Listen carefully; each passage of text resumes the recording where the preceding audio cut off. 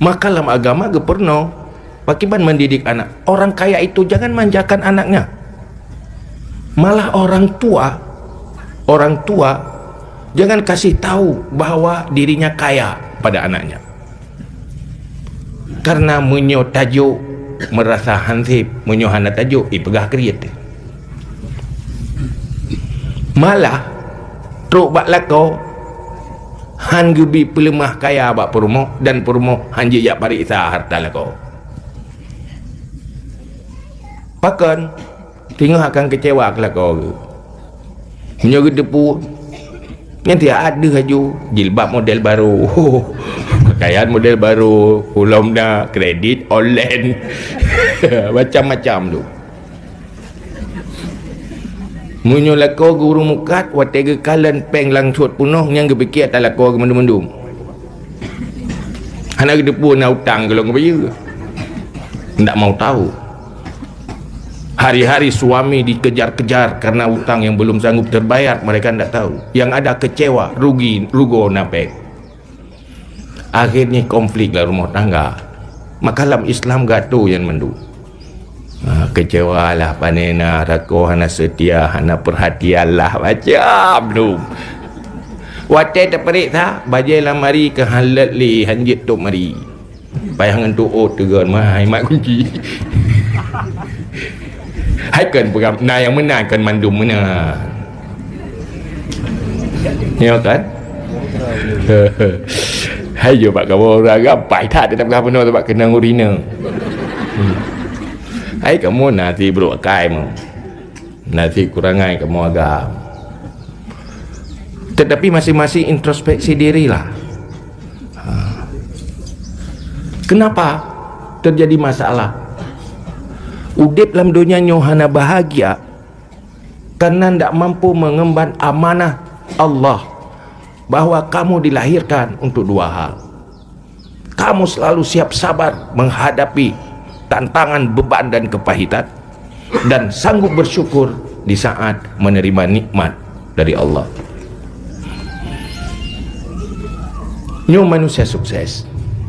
Kesuksesan generasi awal Islam sahabat itu sehingga bisa mewarnai dunia karena Rasulullah mampu membangun manusia yang sabar dan bersyukur. Maka Rasulullah dalam sebuah hadis mengatakan, iman nisfani, iman dua bagian itu. Nisfu sabrin wa nisfu syukrin. Satu bagian sabar, satu bagian bersyukur. Oh, yang miskin sabar manteng, tenang, beres, tidak masalah. Pengukir-pengukir sejarah masa lalu terkenal hebat dengan ketangguhan dan ketegaran pribadinya yang selalu sabar. Di biografi para sahabat, mereka jadi pejuang Islam, tidak pernah mengeluh dengan penderitaan hidup. Malah orang lain tidak tahu dia menderita. Gesomro kerja apa? Yang get lebih sedekah, kurang yang hanya pengeluh, kan pengeluh. Giim keraga, sabar keraga. Hana gak salah-salah go. Hana gak kegok rugo kaya akeh hai bantu. Hana iya mono. Itu lebih lefala tapi urangnya. Cuma urangnya menopi menyo hana solat ke hai bim bayar dia lake. Jadi di saat orang kaya tidak bersyukur, tidak mau infak terhadap hartanya, yang miskin tidak sabar terhadap penderitaannya, maka terjadilah sebuah fenomena yang tidak damai, tidak nyaman.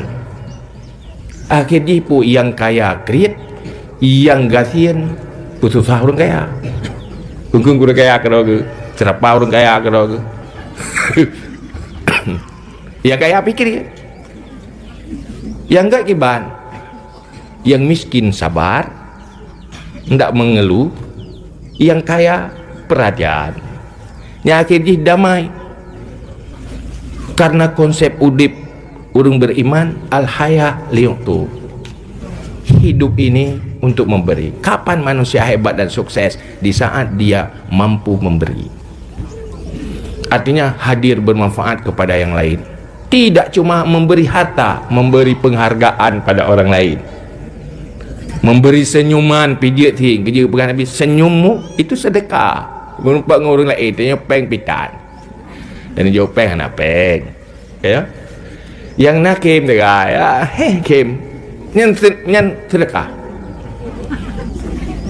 Karena waktu orang kem nyai mi yang kena saraf hormon bahagia. Ya boleh juga fikir yang bahagia ada. Kerja tengah-tengah bengih boleh tak kem je pulih ke roi.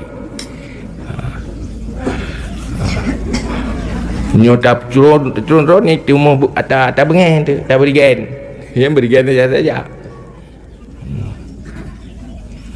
Maka belajarlah tentang kesabaran, belajarlah tentang bersyukur.